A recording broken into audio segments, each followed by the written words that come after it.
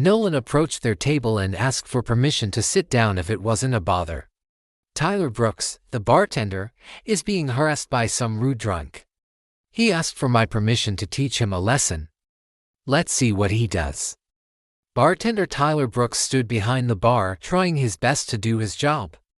While mixing drinks, he was being bothered by a group of partygoers.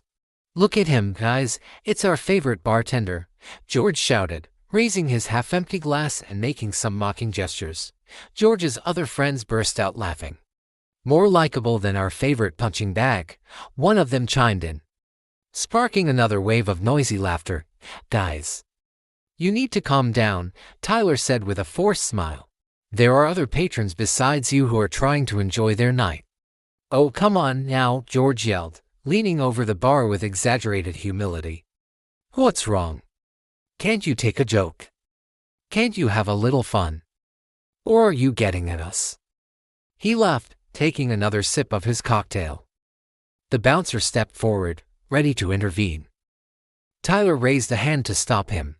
"No need," he said calmly. "I'll handle this." The bodyguard reluctantly stepped back. "Just wait until I get my secret weapon," Tyler whispered to him. He began preparing something special for George, something memorable. Once he finished mixing a fiery cocktail full of hot peppers, Tyler placed it on the bar, coincidentally in front of George, who was about to finish the glass he was holding. George leaned on the bar counter and reached for the only cocktail he saw closest to him. He chugged it down without even smelling it first. A few moments later, chaos ensued.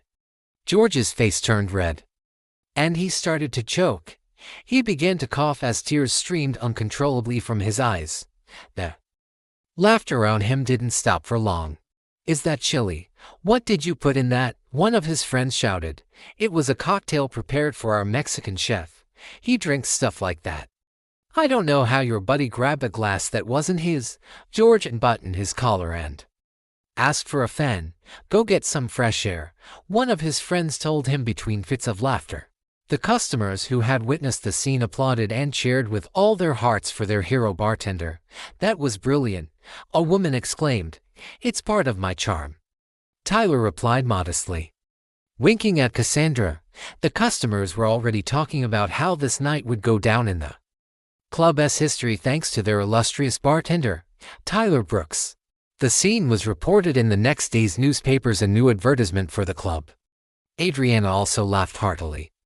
"I haven't had this much fun in a long time." She turned to him. "Shall we go?" Adriana asked him. They went into Ethan's office. They kissed passionately.